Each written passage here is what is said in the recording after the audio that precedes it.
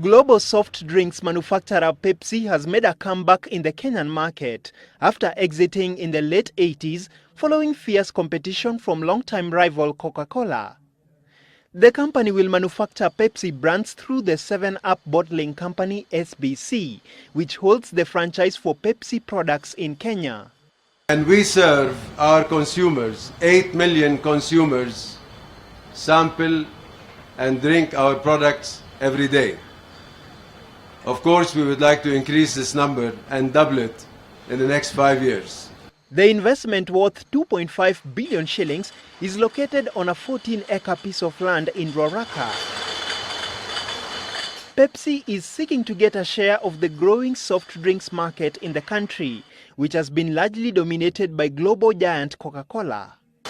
SBC will produce brands such as 7-Up, Mirinda and Pepsi Cola to rival popular brands from Coca Cola, such as Coke and Fanta. What we intend to do is to provide our millions of consumers with wholesome products. Coca-Cola has already invested in a 5 billion shilling facility to boost its production capacity countrywide. The unveiling of this 2.5 billion shilling plant will enable this company to cut down on its cost of operations, bearing in mind that it has been relying heavily on imported products to satisfy the local market. Dennis Otieno, Citizen Business.